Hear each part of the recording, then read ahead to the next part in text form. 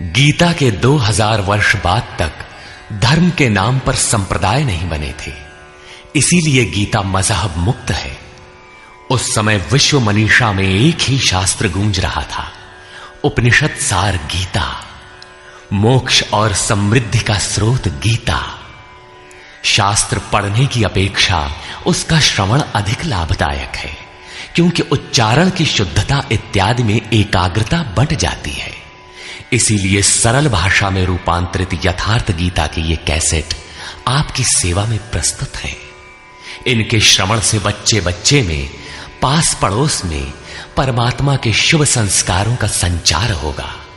आपके घर आंगन का वायुमंडल भी तपोभूमि सा सुरभित हो उठेगा।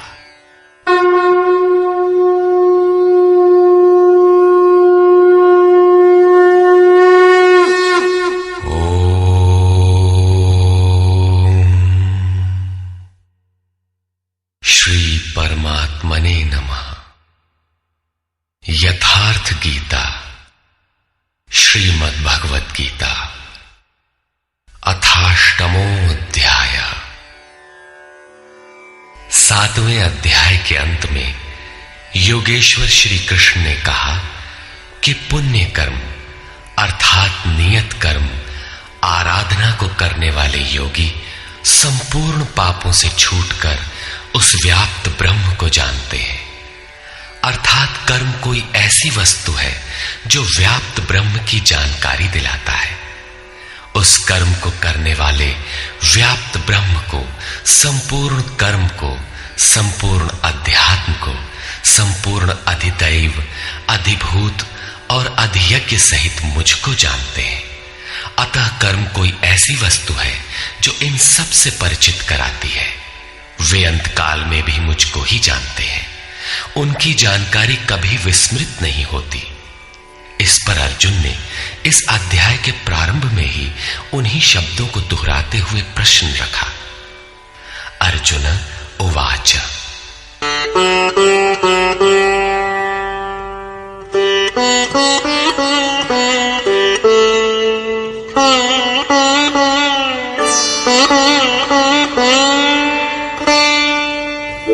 किं तद्ब्रह्म किमध्यात्मम् किं कर्म पुरुषोत्तम अधिभूतं च किं प्रोक्तम् अधिदैवं किमुच्यते।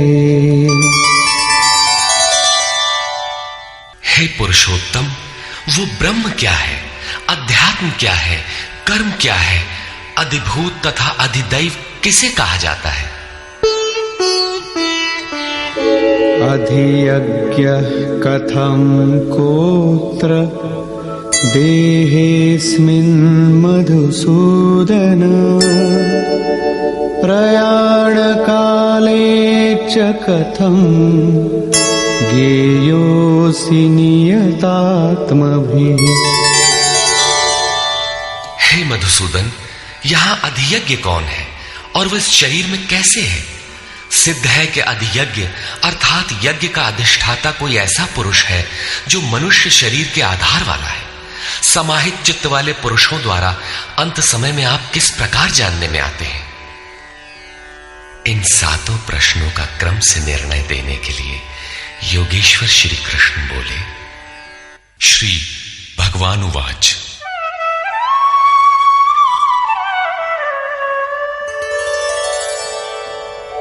अक्षरं ब्रह्म परमं स्वभावोऽध्यात्ममुच्यते भूतभावोद्भवकरो विसर्गः कर्म संज्ञितः।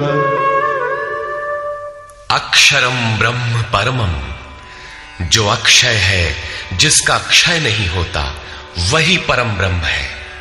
स्वभावः अध्यात्मम उच्यते, स्वयं में स्थिर भाव ही अध्यात्म अर्थात आत्मा का आधिपत्य है। इससे पहले सभी माया के आधिपत्य में रहते हैं, किंतु जब स्वभाव अर्थात स्वरूप में स्थिर भाव अर्थात स्वयं में स्थिर भाव मिल जाता है तो आत्मा का ही आधिपत्य उसमें प्रवाहित हो जाता है। यही अध्यात्म है, अध्यात्म की पराकाष्ठा है। भूत भावोद्भव करा, भूतों के वे भाव जो कुछ न कुछ उद्भव करते हैं, अर्थात प्राणियों के वे संकल्प जो भले अथवा बुरे संस्कारों की संरचना करते हैं, उनका विसर्ग अर्थात विसर्जन, उनका मिट जाना ही कर्म की पराकाष्ठा है। यही संपूर्ण कर्म है जिसके लिए योगेश्वर ने कहा था, वो संपूर्ण कर्म को जानता है। वहां कर्म पूर्ण है, आगे आवश्यकता नहीं है। नियत कर्म, इस अवस्था में जबकि भूतों के वे भाव जो कुछ न कुछ रचते हैं, भले अथवा बुरे संस्कार संग्रह करते हैं, बनाते हैं, वे जब सर्वथा शांत हो जाएं, यही कर्म की संपूर्णता है। इसके आगे कर्म करने की आवश्यकता नहीं रह जाती। अतः कर्म कोई ऐसी वस्तु है जो भूतों के संपूर्ण संकल्पों को, जिनसे कुछ न कुछ संस्कार बनते हैं, उनका शमन कर देती है। कर्म का अर्थ है आराधना, चिंतन, जो यज्ञ में है। अधिभूतं क्षरो भावः पुरुषश्चाधिदैवतम् अधियज्ञोऽहमेवात्र देहे देहभृतां वर। जब तक अक्षय भाव नहीं मिलता तब तक नष्ट होने वाले संपूर्ण क्षर भाव अधिभूत अर्थात भूतों के अधिष्ठान है। वही भूतों की उत्पत्ति के कारण है। पुरुषः च अधिदैवतम, और प्रकृति से परे जो परम पुरुष है वही अधिदैव अर्थात संपूर्ण देवों, दैवी संपद का अधिष्ठाता है। दैवी संपद उसी परम देव में विलय हो जाती है। देहधारियों में श्रेष्ठ अर्जुन, इस मनुष्य तन में मैं ही अधियज्ञ अर्थात यज्ञों का अधिष्ठाता हूं। अतः इसी शरीर में अव्यक्त स्वरूप में स्थित महापुरुष ही अधियज्ञ है। योगेश्वर श्री कृष्ण एक योगी थे जो संपूर्ण यज्ञों का भोक्ता है। अंत में यज्ञ उसमें प्रवेश पा जाते हैं, वही परम स्वरूप मिल जाता है। इस प्रकार अर्जुन के 6 प्रश्नों का समाधान हुआ। अब अंतिम प्रश्न कि अंत काल में कैसे आप जानने में आते हैं जो कभी विस्मृत नहीं होते।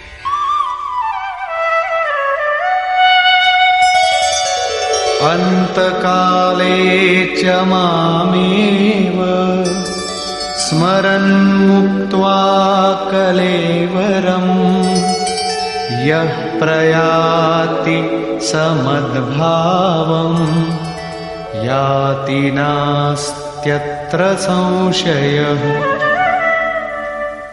योगेश्वर श्री कृष्ण कहते हैं, जो पुरुष अंतकाल में अर्थात मन के निरोध और विलय काल में मेरा ही स्मरण करते हुए शरीर के संबंध को छोड़ अलग हो जाता है, वो मद्भावम साक्षात मेरे स्वरूप को प्राप्त होता है। इसमें संशय नहीं है। शरीर का निधन शुद्ध अंतकाल नहीं है। मरने के बाद भी शरीरों का क्रम पीछे लगा रहता है। संचित संस्कारों की सतह के मिट जाने के साथ ही मन का निरोध हो जाता है, और वो मन भी जब विलय हो जाता है तो वहीं पर अंतकाल है, जिसके बाद शरीर धारण नहीं करना पड़ता। ये क्रियात्मक है, केवल कहने से वार्ताक्रम से समझ में नहीं आता।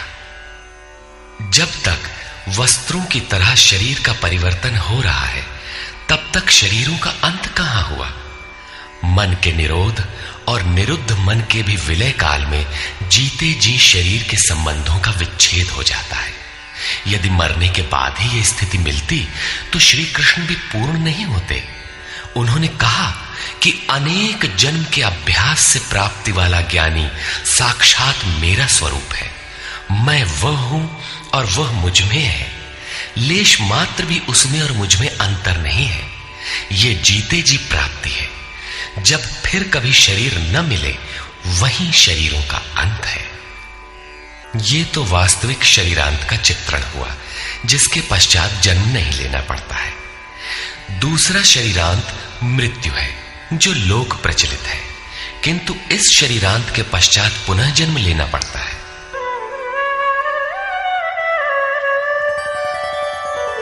यं यं वापि स्मरन् भावं त्यजत्यन्ते कलेवरम् तं तमेवैति कौन्तेय सदा तद्भाव भावितः।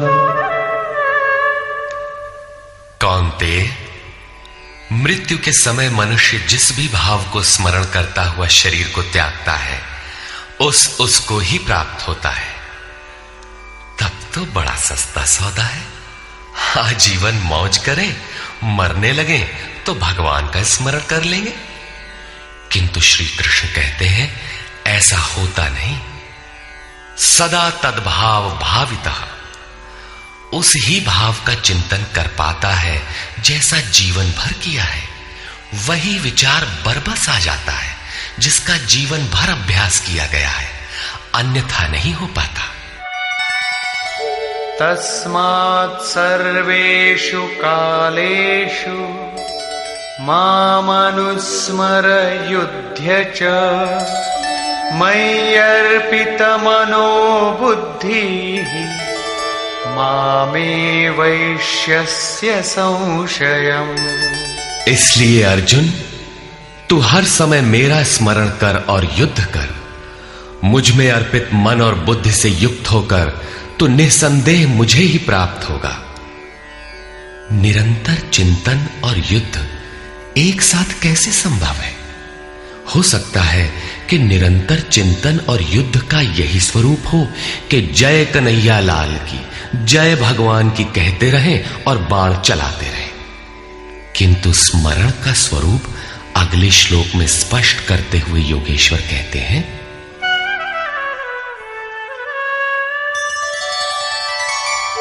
अभ्यास योग युक्तेन चेतसा नान्यगामिना परमं पुरुषं दिव्यं याति पार्थानुचिन्तयन्।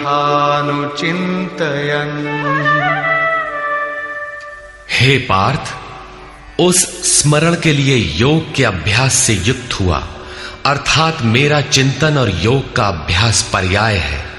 मेरे सिवाय दूसरी ओर न जाने वाले चित्त से निरंतर चिंतन करने वाला परम प्रकाश स्वरूप दिव्य पुरुष अर्थात परमात्मा को प्राप्त होता है। मान लीजिए कि ये पेंसिल भगवान है, तो इसके सिवाय अन्य किसी वस्तु का स्मरण नहीं आना चाहिए। इसके अगल बगल आपको पुस्तक दिखाई पड़ती है या अन्य कुछ भी, तो आपका स्मरण खंडित हो गया। स्मरण जब इतना सूक्ष्म है कि इष्ट के अतिरिक्त दूसरी वस्तु का स्मरण भी ना हो, मन में तरंगे भी ना आए, तो स्मरण और युद्ध दोनों एक साथ कैसे होंगे? वस्तुतः जब आप चित्त को सब ओर से समेटकर अपने एक आराध्य के स्मरण में प्रवृत्त होंगे, तो उस समय मायिक प्रवृत्तियां काम क्रोध राग द्वेष बाधा के रूप में सामने प्रकट ही है। आप स्मरण करेंगे किंतु वे आपके अंदर उद्वेग पैदा करेंगे। आपका मन स्मरण से चलायमान करना चाहेंगे। इन बाह्य प्रवृत्तियों का पार पाना ही युद्ध है। निरंतर चिंतन द्वारा ही इनका अंत किया जाता है। इसलिए निरंतर चिंतन के साथ ही युद्ध संभव है। गीता का एक भी श्लोक बाह्य मारकाट का समर्थन नहीं करता। चिंतन किसका करें, इस पर कहते हैं, कविं पुराणमनुशासितारम् अणोरणीयां समनुस्मरेत्यः सर्वस्य धातारमचिन्त्य रूपम् आदित्य दैत्यवर्णं तमस परस्तात्। उस युद्ध के साथ वो पुरुष सर्वज्ञ, अनादि, सबके नियंता, सूक्ष्म से भी अति सूक्ष्म, सबके धारण पोषण करने वाले किंतु अचिंत्य, अर्थात जब तक चित्त और चित्त की लहर है तब तक वो दिखाई नहीं देता। चित्त के निरोध और विलय काल में ही जो विदित होता है, नित्य प्रकाश स्वरूप और अविद्या से परे उस परमात्मा का स्मरण करता है। पीछे बताया मेरा चिंतन करता है, यहां कहते हैं परमात्मा का। अतः उस परमात्मा के चिंतन अर्थात ध्यान का माध्यम तत्व स्थित महापुरुष है। इसी क्रम में प्रयाण काले मनसाचलेन भक्त्या युक्तो योग बलेन चैव भ्रुवोर्मध्ये प्राणमावेश्य सम्यक् सतं परं पुरुषमुपैति दिव्यम्। जो निरंतर उस परमात्मा का स्मरण करता है वो भक्ति युक्त पुरुष प्रयाण काले, मन के विलीन अवस्था काल में योग बल से अर्थात उसी नियत कर्म के आचरण द्वारा भ्रिकुटी के मध्य में प्राण को भली प्रकार स्थापित करके अर्थात प्राण अपान को भली प्रकार सम करके न अंदर से उद्वेग पैदा हो न बाह्य संकल्प कोई लेने वाला हो, सत रज तम भली प्रकार शांत हो, सुरत इष्ट में ही स्थित हो, उस काल में वो अचल मन अर्थात स्थिर बुद्धि वाला पुरुष उस दिव्य पुरुष परमात्मा को प्राप्त होता है। सतत स्मरणीय है कि उसी एक परमात्मा की प्राप्ति का विधान योग है। उसके लिए नियत क्रिया का आचरण ही योग क्रिया है, जिसका सविस्तार वर्णन योगेश्वर ने 4 व 6वें अध्याय में किया है। अभी उन्होंने कहा निरंतर मेरा ही स्मरण कर। कैसे करें? तो इसी योग धारणा में स्थिर रहते हुए करना है। ऐसा करने वाला दिव्य पुरुष को ही प्राप्त होता है, जो कभी विस्मृत नहीं होता। यहां इस प्रश्न का समाधान हुआ कि आप प्रयाण काल में किस प्रकार जानने में आते हैं। पाने योग्य पद का चित्रण देखें, जो गीता में स्थान स्थान पर आया है। यदक्षरं वेदविदो वदन्ति विशन्ति यद्यतयो वीतरागाः यदिच्छन्तो ब्रह्मचर्यं चरन्ति तत्ते पदं संग्रहेण प्रवक्ष्ये। वेदविद अर्थात अविदित तत्व को प्रत्यक्ष जानने वाले लोग जिस परम पद को अक्षरम अक्षय कहते हैं, वीतराग महात्मा जिसमें प्रवेश के लिए यत्नशील रहते हैं, जिस परम पद को चाहने वाले ब्रह्मचर्य का पालन करते हैं। ब्रह्मचर्य का अर्थ जननेन्द्रिय मात्र का निरोध नहीं, बल्कि ब्रह्म आचरति स ब्रह्मचारी, बाह्य स्पर्शों को मन से त्याग कर ब्रह्म का निरंतर चिंतन स्मरण ही ब्रह्मचर्य है। जो ब्रह्म का दर्शन करा उसी में स्थान दिला शांत हो जाता है। इस आचरण से इंद्रिय संयम ही नहीं बल्कि सकलेंद्रिय संयम स्वतः हो जाता है। इस प्रकार जो ब्रह्मचर्य का आचरण करते हैं, जो हृदय में संग्रह करने योग्य है, धारण करने योग्य है, उस पद को मैं तेरे लिए कहूंगा। वो पद है क्या? कैसे पाया जाता है? इस पर योगेश्वर श्री कृष्ण कहते हैं,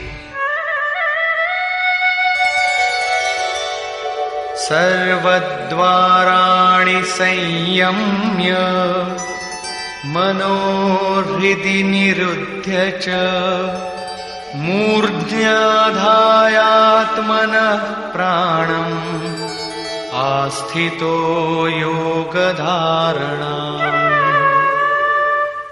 सब इंद्रियों के दरवाजों को रोककर अर्थात वासनाओं से अलग रहकर मन को हृदय में स्थित करके ध्यान हृदय में ही धरा जाता है, बाहर नहीं। पूजा बाहर नहीं होती। और प्राण अर्थात अंतःकरण के व्यापार को मस्तिष्क में निरोध कर योग धारणा में स्थित होकर योग को धारण किए रहना है, दूसरा तरीका नहीं है। इस प्रकार स्थित होकर ओमित्येकाक्षरं ब्रह्म व्याहरन् मामनुस्मरन् यः प्रयाति त्यजन् देहं स याति परमां गतिम्। जो पुरुष ओम इति ओम इतना ही जो अक्षय ब्रह्म का परिचायक है, उसका जाप तथा मेरा स्मरण करता हुआ शरीर का त्याग कर जाता है, वो पुरुष परम गति को प्राप्त होता है।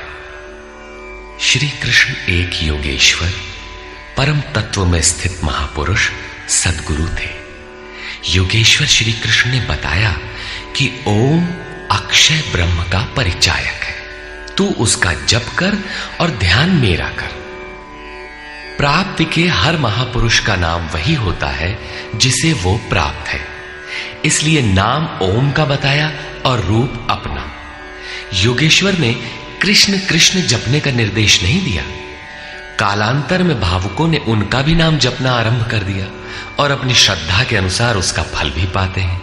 जैसा कि मनुष्य की श्रद्धा जहां टिक जाती है, वहां मैं ही उसकी श्रद्धा को पुष्ट करता तथा मैं ही फल का विधान भी करता हूं।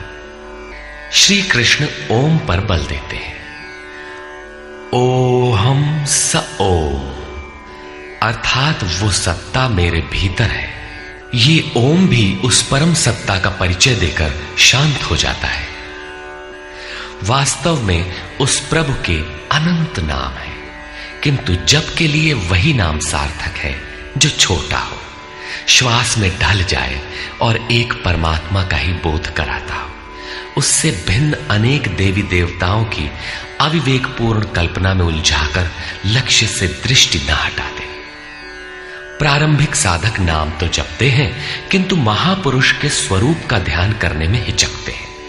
वे अपनी अर्जित मान्यताओं का पूर्वाग्रह छोड़ नहीं पाते।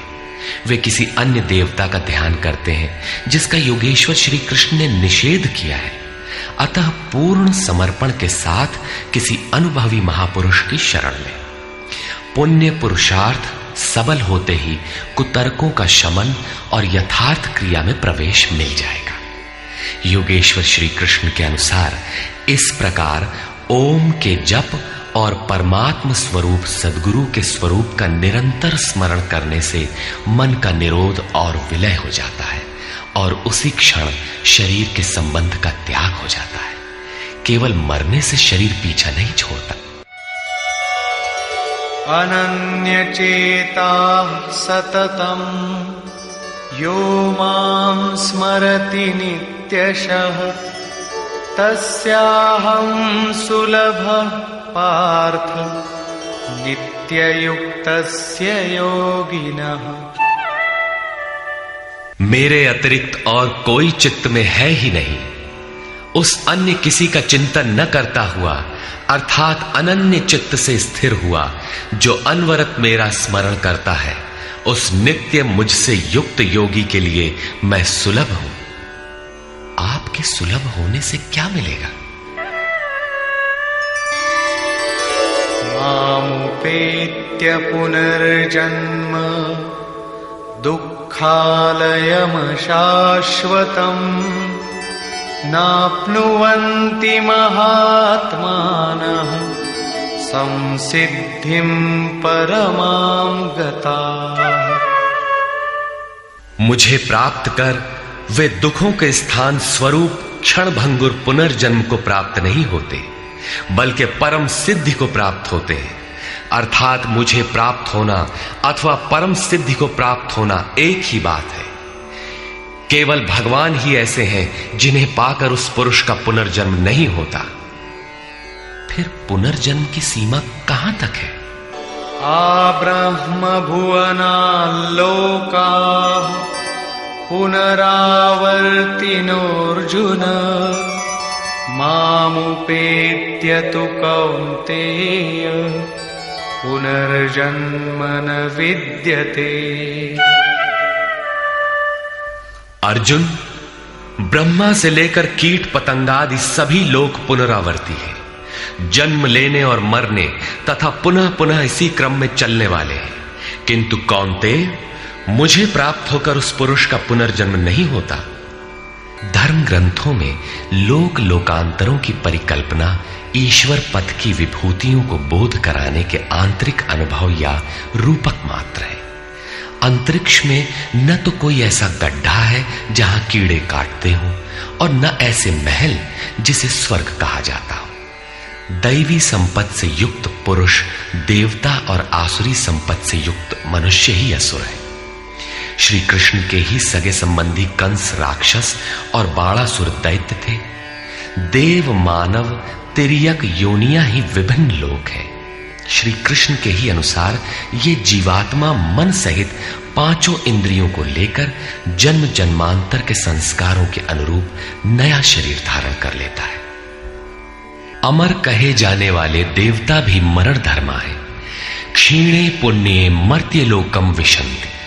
इससे बड़ी क्षति क्या होगी? वो देवतन ही किस काम का जिसमें संचित पुण्य भी समाप्त हो जाए।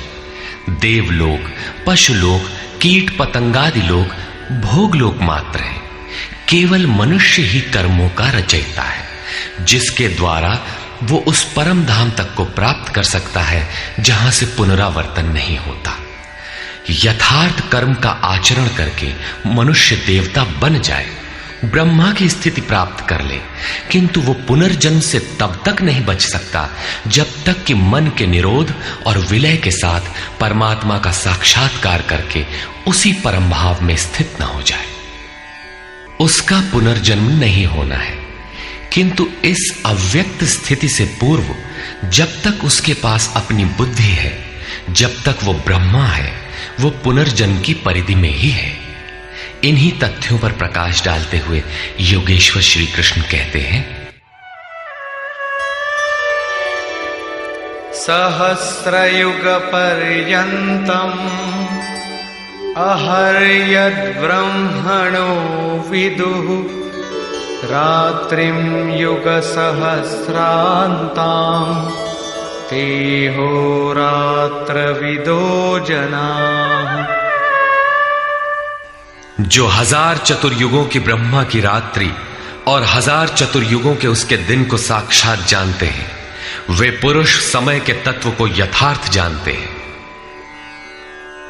प्रस्तुत श्लोक में दिन और रात विद्या और अविद्या के रूपक हैं।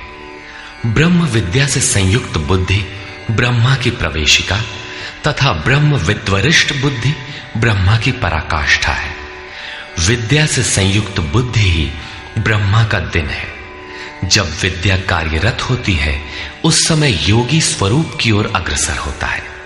अंतःकरण की सहस्रों प्रवृत्तियों में ईश्वरीय प्रकाश का संचार हो उठता है। इस प्रकार अविद्या की रात्रि आने पर अंतःकरण की सहस्रों प्रवृत्तियों में माया का द्वंद्व प्रवाहित होता है। प्रकाश और अंधकार की यहीं तक सीमा है। इसके पश्चात न तो अविद्या रह जाती है और न विद्या ही। वो परम तत्व परमात्मा विदित हो जाता है।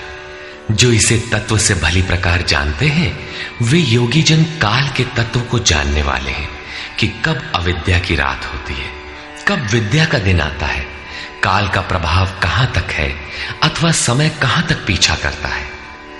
प्रारंभिक मनीषी अंतःकरण को चित्त अथवा कभी कभी केवल बुद्धि कहकर संबोधित करते थे।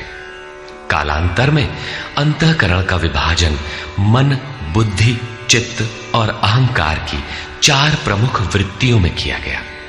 वैसे अंतःकरण की प्रवृत्तियां अनंत हैं। बुद्धि के अंतराल में ही अविद्या की रात्रि होती है और उसी बुद्धि में विद्या का दिन भी होता है। यही ब्रह्मा की रात्रि और दिन है। जगत रूपी रात्रि में सभी जीव अचेत पड़े हैं। प्रकृति में विचरण करती हुई उनकी बुद्धि उस प्रकाश स्वरूप को नहीं देख पाती, किंतु योग का आचरण करने वाले योगी इससे जग जाते हैं। वे स्वरूप की ओर बढ़ते हैं। जैसा कि गोस्वामी तुलसीदास ने रामचरितमानस में लिखा है, कबहु दिवस मह निबिड़तम, कबहुक प्रकट पतंग, बिन सई उपजई ज्ञान जिमि, पाई कुसंग सुसंग। विद्या से संयुक्त बुद्धि कुसंग पाकर अविद्या में परिणत हो जाती है। पुनः सुसंग से विद्या का संचार उसी बुद्धि में हो जाता है। ये उतार चढ़ाव पूर्ति पर्यंत लगा रहता है। पूर्ति के पश्चात न बुद्धि है न ब्रह्मा, न रात रहती है न दिन। यही ब्रह्मा के दिन रात का रूपक है। न हजारों साल की लंबी रात होती है, न हजारों चतुर्युग का दिन ही होता है, और न कहीं कोई चार मुंह वाला ब्रह्मा ही है। बुद्धि की उपर्युक्त चार क्रमिक अवस्थाएं ही ब्रह्मा के चार मुख और अंतःकरण की चार प्रमुख प्रवृत्तियां ही उनके चतुर्युग हैं। रात और दिन इन्हीं प्रवृत्तियों में होते हैं। जो पुरुष इसके भेद को तत्व से जानते हैं, वे योगी जन काल के भेद को जानते हैं कि काल कहां तक पीछा करता है और कौन पुरुष काल से भी अतीत हो जाता है। रात्रि और दिन, अविद्या और विद्या में होने वाले कार्य को योगेश्वर श्री कृष्ण स्पष्ट करते हैं।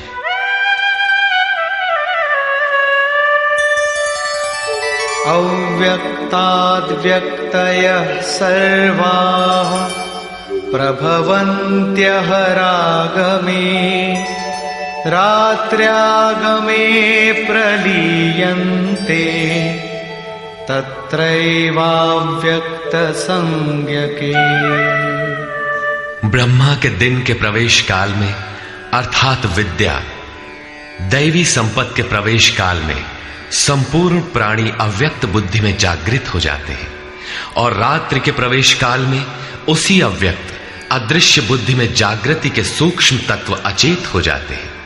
वे प्राणी अविद्या की रात्रि में स्वरूप को स्पष्ट देख नहीं पाते, किंतु उनका अस्तित्व रहता है। जागृत होने और अचेत होने का माध्यम यह बुद्धि है, जो सब में अव्यक्त रहती है, दृष्टिगोचर नहीं है। भूतग्रामः स एवायम्, भूत्वा भूत्वा प्रलीयते, रात्र्यागमे वश पार्थ, प्रभवत्यः रागमे।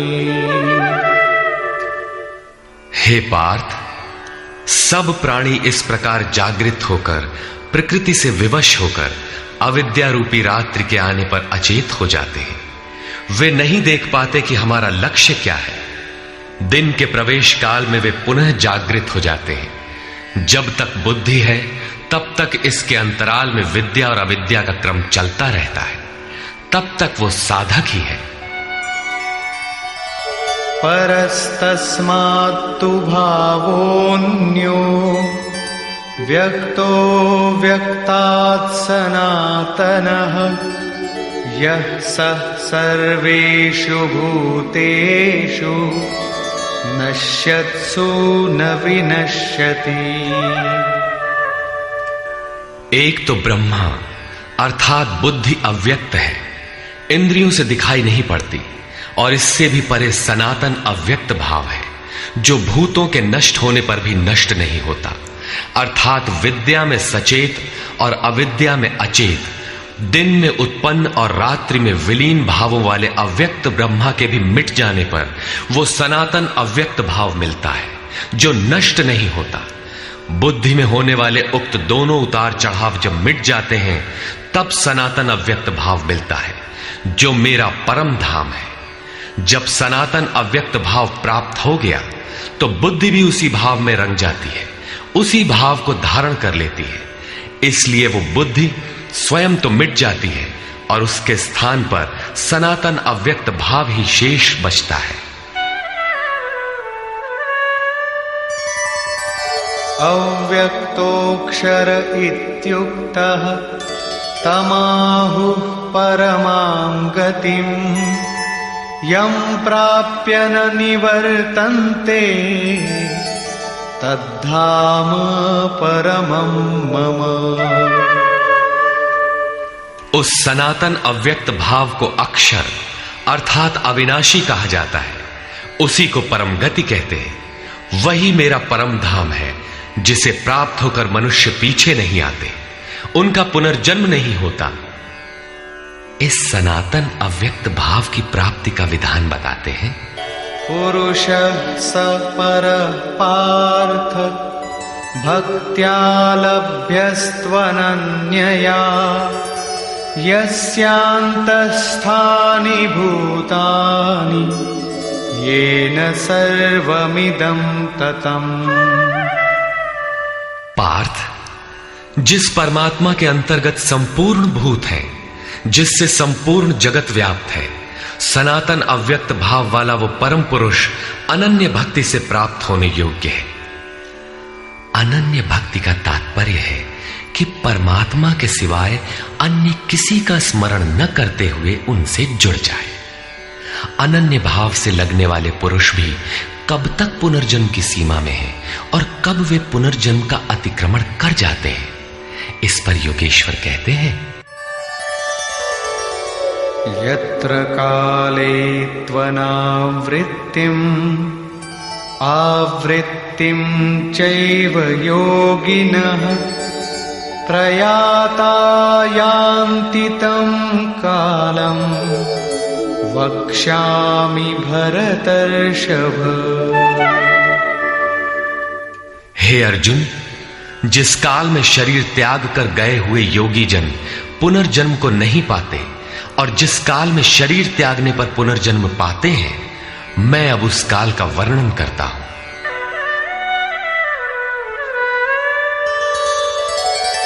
अग्निर्ज्योतिरः शुक्लः षण्मासा उत्तरायणम् तत्र प्रयाता गच्छन्ति ब्रह्मविदो जनाः। शरीर संबंध का त्याग करते समय जिसके समक्ष ज्योतिर्मय अग्नि जल रहा हो, दिन का प्रकाश फैला हो, सूर्य चमक रहा हो, शुक्ल पक्ष का चंद्र बढ़ रहा हो, उत्तरायण का निरभ्र और सुंदर आकाश हो, उस काल में प्रयाण करने वाले ब्रह्मवेत्ता योगी जन ब्रह्म को प्राप्त होते हैं। अग्नि ब्रह्म तेज का प्रतीक है, दिन विद्या का प्रकाश है, शुक्ल पक्ष निर्मलता का द्योतक है, विवेक, वैराग्य, शम, दम, तेज और प्रज्ञा ये षडैश्वर्य ही षण्मास है। ऊर्ध्व रेता स्थिति ही उत्तरायण है। प्रकृति से सर्वथा परे इस अवस्था में जाने वाले ब्रह्मवेत्ता योगी जन ब्रह्म को प्राप्त होते हैं। उनका पुनर्जन्म नहीं होता, किंतु अनन्य चित्त से लगे हुए योगी जन यदि इस आलोक को प्राप्त नहीं कर पाए, जिनकी साधना अभी पूर्ण नहीं, उनका क्या होता है, इस पर कहते हैं। धूमो रात्रिस्तथा कृष्णः षण्मासा दक्षिणायनम् तत्र चान्द्रमसं ज्योतिः योगी प्राप्य निवर्तते। जिसके प्रयाण काल में धुआं फैल रहा हो, योगाग्नि हो। अग्नि यज्ञ प्रक्रिया में पाए जाने वाले अग्नि का स्वरूप है, किंतु धुएं से आच्छादित हो, अविद्या की रात्रि हो, अंधेरा हो, कृष्ण पक्ष का चंद्रमा क्षीण हो रहा हो, कालिमा का बाहुल्य हो, षड विकारों अर्थात काम, क्रोध, लोभ, मोह, मद और मत्सर से युक्त दक्षिणायन अर्थात बहिर्मुखी हो, जो परमात्मा के प्रवेश से अभी बाहर है, उस योगी को पुनः जन्म लेना पड़ता है। तो क्या शरीर के साथ उस योगी की साधना नष्ट हो जाती है? इस पर योगेश्वर श्री कृष्ण कहते हैं। शुक्ल कृष्णे गति हेते जगतः शाश्वते मते एकया यात्यनावृत्तिम् अन्यया वर्तते पुनः। उपर्युक्त शुक्ल और कृष्ण दोनों प्रकार की गतियां जगत में शाश्वत हैं, अर्थात साधन का कभी विनाश नहीं होता। एक अर्थात शुक्ल अवस्था में प्रयाण करने वाला पीछे न आने वाली परम गति को प्राप्त होता है, और दूसरी अवस्था में जिसमें क्षीण प्रकाश तथा अभी कालिमा है, ऐसी अवस्था को गया हुआ पीछे लौटता है, जन्म लेता है। जब तक पूर्ण प्रकाश नहीं मिलता तब तक उसे भजन करना है। प्रश्न पूर्ण हुआ। अब इसके लिए साधन पर पुनः बल देते हैं।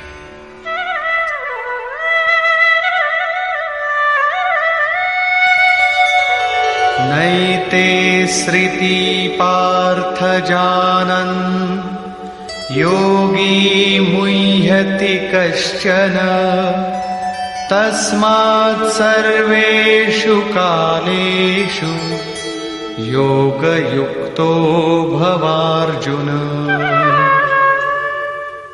हे पार्थ, इस प्रकार इन मार्गों को जानकर कोई भी योगी मोहित नहीं होता। वो जानता है कि पूर्ण प्रकाश पा लेने पर ब्रह्म को प्राप्त होगा और क्षीण प्रकाश रहने पर भी पुनर्जन्म में साधन का नाश नहीं होता। दोनों गतियां शाश्वत हैं। अतः अर्जुन, तो सब काल में योग से युक्त हो, अर्थात निरंतर साधन कर। वेदेषु यज्ञेषु तपस्सु चैव दानेषु यत् पुण्यफलं प्रदिष्टम् अत्येति तत्सर्वमिदं विदित्वा योगी परं स्थानमुपैति चाद्यम्। इसको साक्षात्कार सहित जानकर, मानकर नहीं, योगी वेद, यज्ञ, तप और दान के पुण्य फलों का निसंदेह अतिक्रमण कर जाता है और सनातन परम पद को प्राप्त होता है। अविदित परमात्मा की साक्षात जानकारी का नाम वेद है। वो अविदित तत्व जब विदित हो ही गया तो अब कौन किसे जाने। अतः विदित होने के पश्चात वेदों से भी प्रयोजन समाप्त हो जाता है, क्योंकि जानने वाला भिन्न नहीं है। यज्ञ अर्थात आराधना की नियत क्रिया आवश्यक थी, किंतु जब वो तत्व विदित हो गया तो किसके लिए भजन करें। मन सहित इंद्रियों को लक्ष्य के अनुरूप तपाना तप है। लक्ष्य प्राप्त होने पर किसके लिए तप करें। मन, वचन और कर्म से सर्वतोभावेन समर्पण का नाम दान है। इन सब का पुण्य फल है परमात्मा की प्राप्ति। फल भी अब विलग नहीं है, अतः इन सब की अब आवश्यकता न रही। वो योगी यज्ञ, तप, दान इत्यादि के फल को भी पार कर जाता है। वो परम पद को प्राप्त होता है। निष्कर्ष, इस अध्याय में 5 प्रमुख बिंदुओं पर विचार किया गया, जिनमें सर्वप्रथम अध्याय 7 के अंत में योगेश्वर श्री कृष्ण द्वारा बीजारोपित प्रश्नों को स्पष्ट समझाने की जिज्ञासा से इस अध्याय के आरंभ में अर्जुन ने 7 प्रश्न किए कि भगवान, जिसे आपने कहा वह ब्रह्म क्या है, वह अध्यात्म क्या है, वह संपूर्ण कर्म क्या है, अधिदैव, अधिभूत और अधियज्ञ क्या है, और अंतकाल में आप किस प्रकार जानने में आते हैं कि कभी विस्मृत नहीं होते। योगेश्वर श्री कृष्ण ने बताया कि जिसका विनाश नहीं होता वही पर ब्रह्म है। स्वयं की उपलब्धि वाला परम भाव ही अध्यात्म है, जिससे जीव माया के आधिपत्य से निकलकर आत्मा के आधिपत्य में हो जाता है, वही अध्यात्म है। और भूतों के वे भाव जो शुभ अथवा अशुभ संस्कारों को उत्पन्न करते हैं, उन भावों का रुक जाना, विसर्ग, मिट जाना ही कर्म की संपूर्णता है। इसके आगे कर्म करने की आवश्यकता नहीं रह जाती। अतः कर्म कोई ऐसी वस्तु है जो संस्कारों के उद्गम को ही मिटा देता है। इसी प्रकार क्षर भाव अधिभूत हैं, अर्थात नष्ट होने वाले ही भूतों को उत्पन्न करने में माध्यम है। वे ही भूतों के अधिष्ठाता हैं। परम पुरुष ही अधिदैव है, उसमें दैवी संपद विलीन होती है। इस शरीर में अधियज्ञ मैं ही हूं, अर्थात जिसमें यज्ञ विलय होते हैं वह मैं हूं। यज्ञ का अधिष्ठाता हूं, वह मेरे स्वरूप को ही प्राप्त होता है, अर्थात श्री कृष्ण एक योगी थे। अधियज्ञ कोई ऐसा पुरुष है जो इस शरीर में रहता है, बाहर नहीं। अंतिम प्रश्न कि अंत समय में आप किस प्रकार जानने में आते हैं। उन्होंने बताया कि जो मेरा निरंतर स्मरण करते हैं, मेरे सिवाय किसी दूसरे विषय वस्तु का चिंतन नहीं आने देते और ऐसा करते हुए शरीर का संबंध त्याग देते हैं, वे मेरे साक्षात स्वरूप को प्राप्त होते हैं, जिसे अंत में ही वही प्राप्त रहता है। शरीर की मृत्यु के साथ यह उपलब्धि होती हो ऐसी बात नहीं है। मरने पर ही मिलता तो श्री कृष्ण पूर्ण न होते। अनेक जन्मों में चलकर पाने वाला ज्ञानी उनका स्वरूप न होता। मन का सर्वथा निरोध और निरुद्ध मन का भी विलय ही अंतकाल है, जहां फिर शरीरों की उत्पत्ति का माध्यम शांत हो जाता है। उस समय वह परम भाव में प्रवेश पा जाता है, उसका पुनर्जन्म नहीं होता। इस प्राप्ति के लिए उन्होंने स्मरण का विधान बताया। अर्जुन, निरंतर मेरा स्मरण कर और युद्ध कर, दोनों एक साथ कैसे होंगे? कदाचित ऐसा हो कि जय गोपाल हे कृष्ण कहते रहें, लाठी भी चलाते रहें। स्मरण का स्वरूप स्पष्ट किया कि योग धारणा में स्थिर रहते हुए मेरे सिवाय अन्य किसी भी वस्तु का स्मरण न करते हुए निरंतर स्मरण कर। जब स्मरण इतना सूक्ष्म है तो युद्ध कौन करेगा? मान लीजिए यह पुस्तक भगवान है, तो इसके अगल बगल की वस्तु, सामने बैठे हुए लोग या अन्य देखी सुनी कोई वस्तु संकल्प में भी न आए, दिखाई न पड़े। यदि दिखाई पड़ती है तो स्मरण नहीं है।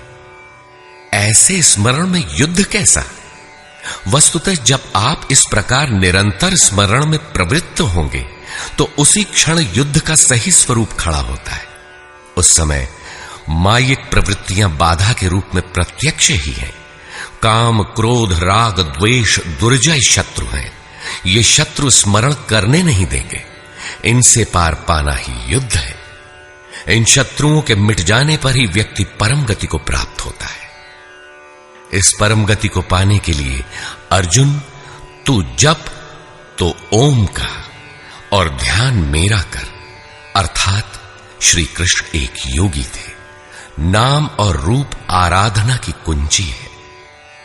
योगेश्वर श्री कृष्ण ने इस प्रश्न को भी लिया कि पुनर्जन्म क्या है, उसमें कौन कौन आते हैं।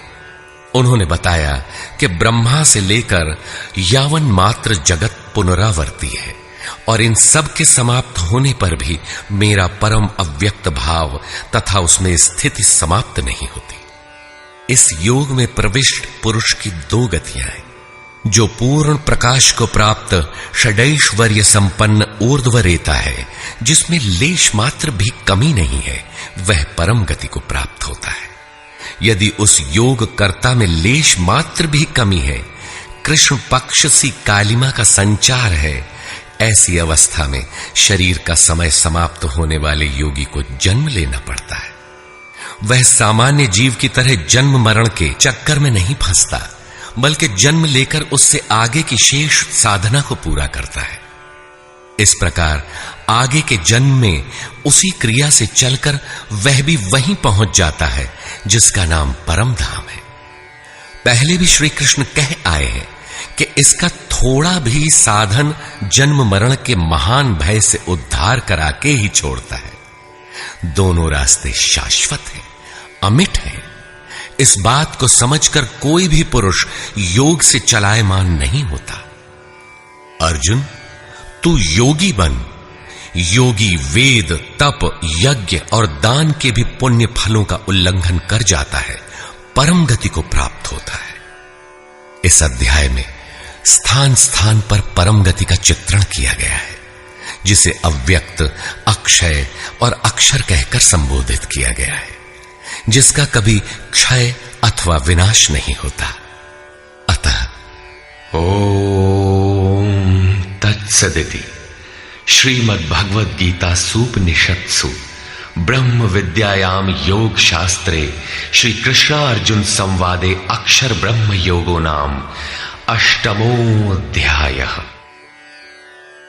इस प्रकार स्वामी अड़गड़ानंद कृत श्रीमद् भगवद गीता के भाष्य यथार्थ गीता का 8वां अध्याय पूर्ण होता है। हरि ओम तत्सत।